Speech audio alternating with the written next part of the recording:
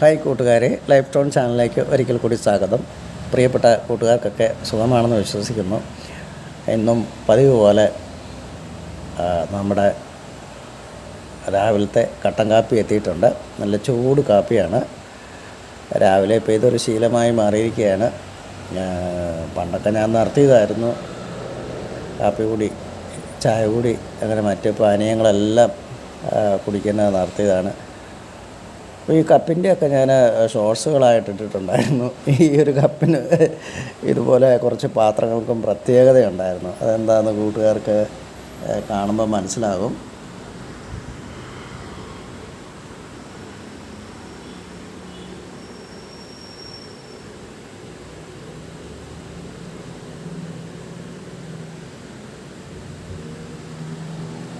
കണ്ടോ, ഈ കപ്പിൽ പേര് എഴുതിയിട്ടുണ്ട്. ഇതും നമ്മുടെ ബൈപ്പാസ് സർജറിക്ക് കൊടുത്തിരുന്ന പാത്രങ്ങളാണ്. അപ്പോൾ നമ്മളവിടെ ചെല്ലുമ്പോൾ നമുക്ക് കുറേ പാത്രങ്ങൾ അവിടെ കൊടുക്കണം. ബക്കറ്റ്, ഇതുപോലെ ഗ്ലാസ്സുകൾ, മരുന്നെടുക്കാൻ ചെറിയ പാത്രങ്ങൾ, വെള്ളം എടുക്കാൻ ബക്കറ്റ്, അങ്ങനെ കുറേ ഒരു ലിസ്റ്റ് തരും. അപ്പോൾ അത്തരം കുറേ പാത്രങ്ങൾ മേടിച്ചാണ്. അപ്പോൾ ഇത് ആ ലിസ്റ്റിൽ പെട്ടതാണ്. ഇന്നലെയാണ് ഞാൻ മെഡിക്കൽ കോളേജിൽ ചെന്നത്. മെഡിക്കൽ കോളേജിൽ ചെന്ന് കഴിഞ്ഞപ്പം കുറേ എൻ്റെ ടൈമിൽ ഓപ്പറേഷൻ ചെയ്ത ആൾക്കാരെ കാണാൻ പറ്റിയായിരുന്നു. അപ്പോൾ വൈഫ് 12 പേരെ കണ്ട് സംസാരിച്ചു. ആ സംസാരിച്ച കൂട്ടത്തിൽ കാപ്പി ഒന്ന് കുടിക്കട്ടെ.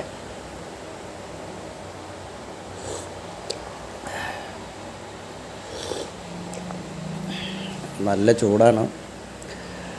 രാവിലെ ഒരു ചെറിയ തണുപ്പൊക്കെ ഉണ്ട്. അപ്പോൾ ഇതൊരു രസമാണ് കാപ്പി കുടിക്കുന്നത്. അപ്പോൾ പറഞ്ഞു വന്നത്,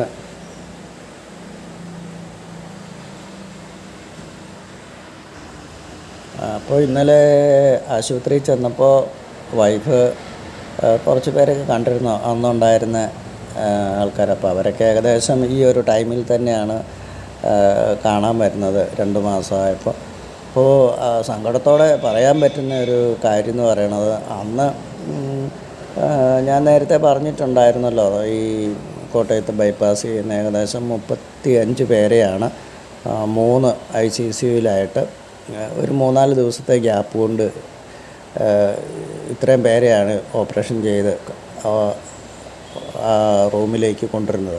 അപ്പോൾ അത് ഓരോ സെക്ഷനായിട്ടാണ്, ഓരോ 10 പേരുടെ സെക്ഷനായിട്ടാണ്. അപ്പം ഞാൻ ഒരു സെക്ഷനിലായിരുന്നു അഡ്മിറ്റായിരുന്നത്. അപ്പോൾ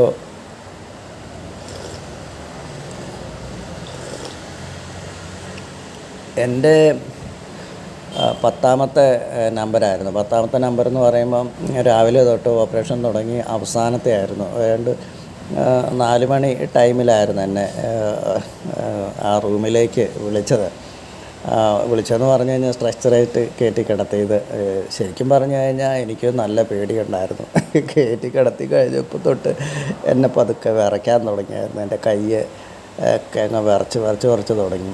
എന്തായാലും അത് ഭയങ്കര ഒരു അത്ഭുതമായിട്ടുള്ളൊരു കാര്യങ്ങളാവട്ടോ. ഈ മെഡിക്കൽ കോളേജിലെ ഓപ്പറേഷൻ തിയേറ്റർ എന്ന് പറയുന്നത് നമ്മൾ സങ്കല്പിക്കുന്ന പോലെയല്ല. നമ്മളവിടെ ചെന്ന് കാണുമ്പോൾ ഇങ്ങനെ മുറികളുണ്ട്, പക്ഷേ നമ്മൾ അതിനകത്തേക്ക് കയറ്റിക്കൊണ്ട് പോകുമ്പോൾ ഓരോരോ മുറികളിലേക്കാണ് നമ്മുടെ സ്ട്രെച്ചർ തള്ളിക്കൊണ്ട് പോകുന്നത്. അപ്പോൾ ഈ ഓരോ മുറികളിലേക്ക് ചെല്ലുമ്പോഴും അവിടെ വെച്ചൊക്കെ നമുക്ക് ഓരോ ട്രീറ്റ്മെൻറ്റുകൾ തരുന്നുണ്ട്. ഇൻസുലിൻ കുത്തിവെക്കുന്നു, അല്ല ഇൻസുലിൻ പോട്ടെ, ഗ്ലൂക്കോസ് കുത്തിവെക്കുന്നു, മറ്റ് മെഡിസിൻ തരുന്നു, കുറച്ച് നേരം നമ്മളെ ഒബ്സർവേഷനിലിടും. ഇതെല്ലാം ഓരോരോ മുറികളിലാണ്. അവസാനമാണ് നമ്മളെ ഓപ്പറേഷൻ ടേബിളിലേക്ക് കൊണ്ടുപോകുന്നത്. ശരിക്കും പറഞ്ഞു കഴിഞ്ഞാൽ ഓരോ മുറികളിൽ കൊണ്ട് എന്നെ കടത്തിയപ്പോൾ എന്നെ ഇങ്ങനെ കിടുകിടാന്ന് വിറയ്ക്കുക, പറഞ്ഞറിയിക്കാൻ പറ്റത്തില്ലായിരുന്നു. ശരിക്കും പേടിച്ചു പോയി. കാരണം നമുക്കറിയില്ലല്ലോ ഓപ്പറേഷൻ ചെയ്യുന്നതിൻ്റെ ആ ഒരു രീതി. എന്തായാലും എന്നെ ടേബിളിലേക്ക് കയറ്റി കിടത്തി. എൻ്റെ വലത്ത് കയ്യിൽ 2 മാസം മുമ്പാണല്ലോ ഈ ആൻജിയോപ്ലാസ്റ്റി ചെയ്യാൻ വേണ്ടി അത് തന്നെ കുത്തിവെപ്പെടുക്കുകയും അവിടെ ഒരു ചെറിയ മുറിവുണ്ടാക്കുകയും ചെയ്തിരുന്നു. അപ്പോൾ ആ ഡോക്ടർ എൻ്റെ അടുത്ത് വന്നിരിക്കുന്നതായിട്ട് എനിക്ക് തോന്നിയായിരുന്നു. ഇതൊക്കെ ഒരു ചെറിയ തോന്നൽ പോലെയാണ് അതൊക്കെ. പിന്നെ ഒരു അബോധാവസ്ഥയല്ല സംഭവിച്ചു പോകുന്നത്. ടേബിളിലേക്ക് കയറി കിടക്കാമോ എന്ന് എന്നോട് ചോദിച്ചു. ഞാൻ പതുക്കെ അങ്ങ് കയറി കിടന്ന് കഴിഞ്ഞിട്ട് എന്നോട് ചോദിച്ചു, വലത്ത് കൈയിൽ ഇങ്ങനെ പിടിച്ച് ചോദിച്ചു, ഇവിടെയാണോ ആൻജിയോപ്ലാസ്റ്റി ചെയ്തത് എന്ന് ചോദിച്ചു. അപ്പം ഞാൻ പറഞ്ഞു അതെ ഇതിലാന്ന് പറഞ്ഞു. ഈ പറയുമ്പോഴെല്ലാം എൻ്റെ കൈയെല്ലാം വിറയ്ക്കുകയാണ്. എനിക്കത് പറഞ്ഞറിയിക്കാൻ പറ്റത്തില്ല. അതുപോലെ പേടിച്ചിട്ടാണ് കേട്ടോ, ശരിക്കും പേടിച്ചിട്ട് തന്നെയാണ്. നമ്മൾ നേരത്തെ ഓപ്പറേഷനൊന്നും ചെയ്തിട്ടൊന്നുമില്ലല്ലോ. അങ്ങനെ കിട്ടുകിട്ടാ വിറച്ച് കിടന്ന് കഴിഞ്ഞപ്പോഴാണ് കയ്യിൽ ഡോക്ടർ മനസ്സിലായെന്ന് തോന്നുന്നു. എൻ്റെ അടുത്ത് വന്നിരുന്ന ഒരു ടേബിളിൽ ഇരുന്നു. അപ്പം മുകളിൽ ഇങ്ങനെ വലിയ ലൈറ്റ് തെളിഞ്ഞ് നിൽക്കുക. എനിക്കതെല്ലാം കണ്ടു കഴിയുമ്പോഴത്തേനും ആപ്പാടെ വെപ്രാളമായിപ്പോയി. പക്ഷേ നമുക്ക് പ്രകടമാക്കാൻ പറ്റത്തില്ലല്ലോ. അങ്ങനെ കടന്ന് വന്ന് കയ്യിൽ കുത്തി വെക്കുകയെന്ന് എന്നോട് പറഞ്ഞു, വലത്ത് കയ്യിൽ പിടിച്ച്. അപ്പം ഞാൻ പറഞ്ഞു ശരിയെന്ന് പറഞ്ഞു. അപ്പോൾ ആദ്യം ഒന്ന് കുത്തി വെച്ചു.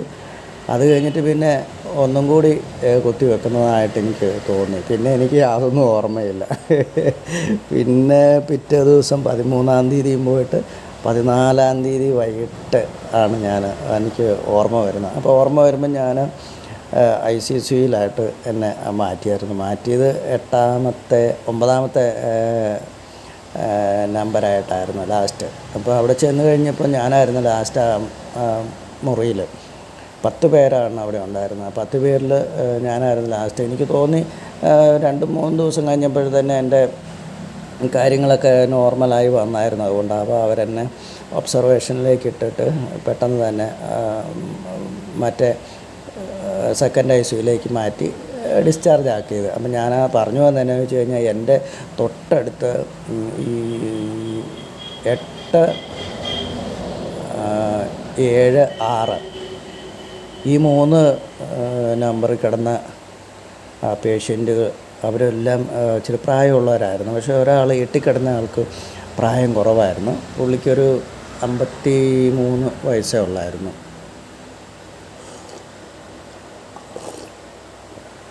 ചെയ്യാൻ വേണ്ടി കൊണ്ടുപോകുമ്പം എൻ്റെ തൊട്ടടുത്തായിരുന്നു ഇരുന്നത്. ഞാൻ അദ്ദേഹത്തോട് വർത്തമാനം പറഞ്ഞായിരുന്നു. അപ്പോൾ പുള്ളി വീട്ടിൽ നിന്ന് ഫോൺ വിളിച്ചായിരുന്നു. കൊച്ചുമക്കൾ ഫോൺ വിളിച്ച് കഴിഞ്ഞപ്പോഴത്തേനും പുള്ളി സങ്കടത്തോടെ കരയുന്നത് ഞാൻ കണ്ടായിരുന്നു. അപ്പോൾ ഞാൻ ചോദിച്ചു എന്ത് പറ്റിയതാണെന്ന്. അപ്പോൾ എന്നോട് പറഞ്ഞു ഹാർട്ട് അറ്റാക്ക് ഉണ്ടായതാ എന്ന് പറഞ്ഞു. എനിക്ക് തോന്നുന്നു ഞാനായിരിക്കാം പുള്ളിയോട് അവസാനമായിട്ട് സംസാരിച്ചതെന്ന് തോന്നുന്നു. കാരണം അത് കഴിഞ്ഞ് ടേബിളിലേക്ക് കയറ്റി പുള്ളിനെ കൊണ്ടുപോയിട്ട് പിന്നെ ഈ റൂമിലേക്ക് കൊണ്ടുവരികയാണ് ചെയ്തത് 2 ദിവസം കഴിഞ്ഞപ്പം. കൊണ്ടുവന്ന് കഴിഞ്ഞിട്ട് പിന്നെ അധികം പുള്ളി സംസാരിച്ചില്ല. പറ്റിയത് എന്താണെന്ന് ചോദിച്ചു കഴിഞ്ഞാൽ അവരോട് 5 ദിവസം ഓപ്പറേഷൻ 5 ദിവസം മുമ്പ് നടത്തേണ്ട ഒരു മരുന്നുണ്ടായിരുന്നു, ഒരു മെഡിസിൻ ഉണ്ടായിരുന്നു. അപ്പോൾ അത് അവർ ആ കൗൺസിലിങ്ങിൽ എല്ലാവർക്കും 35 പേർക്കും ആ കൗൺസിലിങ്ങിൽ വെച്ച് പറഞ്ഞതായിരുന്നു, നിങ്ങൾ ഈ ഓപ്പറേഷൻ 5 ദിവസം മുമ്പ് ആ മരുന്ന് ഗുളിക നടത്തണമെന്ന്. കാരണം നമ്മുടെ ബ്ലഡ് കട്ട പിടിക്കുന്നത് തടയാൻ വേണ്ടിയുള്ള ഒരു ഗുളികയായിരുന്നു. അപ്പോൾ അത് എല്ലാവരും തന്നെ അത് കഴിക്കുന്നത് നടത്തിയായിരുന്നു. പക്ഷേ ഇവരെന്ത് ചെയ്തെന്ന് ചോദിച്ചാൽ ഇവരത് നടത്തിയില്ല. നടത്താതെ വന്നു കഴിഞ്ഞപ്പോഴത്തേനും ബ്ലഡ് അതിൻ്റെ ആ കോട്ടിങ്ങിൽ വ്യത്യാസം വന്നു. അങ്ങനെ വന്നു കഴിഞ്ഞപ്പോൾ ഓപ്പറേഷൻ ചെയ്ത് കഴിഞ്ഞപ്പം ബ്ലഡ് ഒരുപാട് പുറത്തേക്ക് പോയി, നടത്താൻ പറ്റാതെ ആയിപ്പോയി. അങ്ങനെയാണ് പുള്ളിക്ക് വീണ്ടും അറ്റാക്ക് ഉണ്ടായി. അതായത് ഈ ICCയിൽ വന്നു കഴിഞ്ഞിട്ട് വീണ്ടും അറ്റാക്ക് ഉണ്ടായി. കണ്ടു നിൽക്കാൻ പറ്റിയില്ല. കാരണം ഡോക്ടർമാരെല്ലാം ഓടി വന്നു. ഞാനിത് കണ്ടുകൊണ്ടിരിക്കുകയായിരുന്നു. കാരണം എന്നെ പുറത്തേക്ക് ആ ടേബിള് അത് തന്നെ ബെഡിൽ നിന്ന് പുറത്തേക്ക് ഇരുത്തിയായിരുന്നു. അപ്പോൾ ഞാനവിടെ പുറത്തിങ്ങനെ ഇരിക്കുമ്പോഴാണ്, ആ മുറിയിൽ തന്നെയാണ്, പുറത്തിരിക്കുമ്പോഴാണ് തൊട്ടടുത്ത ബെഡിൽ ഈ പുള്ളിക്ക് പെട്ടെന്ന് അറ്റാക്ക് ഉണ്ടാകുന്നത്. അറ്റാക്ക് ഉണ്ടായി കഴിഞ്ഞപ്പോഴത്തേനും ഡോക്ടർമാർ ഓടി വന്ന് ഈ നമ്മുടെ നെഞ്ചത്ത് ഇങ്ങനെ പ്രസ് ചെയ്യുമ്പോൾ നമുക്ക് ചിന്തിക്കാൻ പറ്റും, ഇത് ഓപ്പൺ ചെയ്ത് വെച്ചിരിക്കുന്നതല്ലേ. തലേ ദിവസം കട്ട് ചെയ്ത് മുറിച്ച് ഓപ്പൺ ചെയ്ത് വെച്ചിരിക്കുമ്പോൾ അവിടെ ഇതുപോലെ പ്രസ് ചെയ്യുന്ന കാണുമ്പോൾ എനിക്കാണെങ്കിൽ ഏതാണ്ട് പോലെയായിപ്പോയി. ശരിക്കും പറഞ്ഞു കഴിഞ്ഞാൽ എൻ്റെ കയ്യ വഴി തലയെക്കൂടെയൊക്കെ ഒരു പെരുപ്പ് കയറി. ഞാനവിടെ ഇങ്ങനെ ഇരിക്കുമല്ലോ, എനിക്ക് അങ്ങോട്ട് കയറി കിടക്കാൻ പറ്റുമോ? അപ്പോഴത്തേനും പെട്ടെന്ന് ആ സിസ്റ്റർമാർ ഓടി വന്ന് ഇത് ഓരോ ബെഡും ഇങ്ങനെ തിരിച്ചിട്ടുണ്ട്, മേളിൽ കർട്ടനിട്ട്. ഇവർ ഓടി നടന്ന് ആ 10 ഇതിലേയും കർട്ടൻ ഇങ്ങനെ മൂടിയിട്ടപ്പോഴും ഞാനിങ്ങനെ നോക്കിയിരിക്കുക. എനിക്കിത് കണ്ടു കഴിഞ്ഞപ്പോഴത്തേനും പരവേശമായിട്ട് ഞാൻ അവരോട് ചോദിച്ചു എനിക്കൊരു ഗ്ലാസ് വെള്ളം തരാമെന്ന്. ആ സിസ്റ്റർ ഓടി വന്നിട്ട് എനിക്കൊരു ഗ്ലാസ് വെള്ളം തന്നിട്ട് എന്നോട് പറഞ്ഞു പേടിക്കൊന്നും വേണ്ടാന്ന് പറഞ്ഞു. പക്ഷേ ശരിക്കും എന്നാ സംഭവിച്ചതെന്ന് ചോദിച്ചു കഴിഞ്ഞാൽ ആ 3 പേരും മരിച്ചു പോയി. അപ്പോൾ ഇന്നലെ ചെന്നപ്പോഴാണ് ഞങ്ങൾ അറിയുന്നത്. അവർക്ക് വീണ്ടും അറ്റാക്ക് വന്നു. ഡോക്ടർമാർ പരമാവധി ശ്രമിച്ചായിരുന്നു.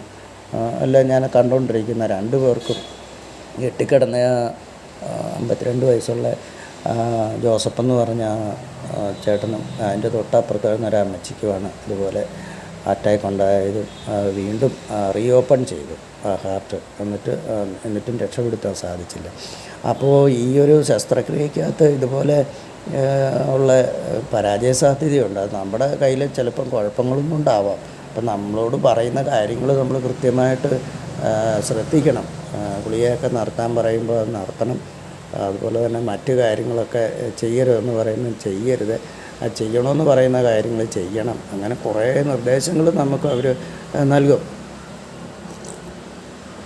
ശരിക്കും നമ്മൾ ചെല്ലുന്ന ആ ഒരു ടൈം തൊട്ട് തിരിച്ച് ഡിസ്ചാർജ് ആകുന്ന ഒരു ടൈം വരെയുള്ള കാര്യങ്ങളെല്ലാം അവർ നമ്മളോട് പറഞ്ഞു തരും, ഈ നേഴ്സുമാർ.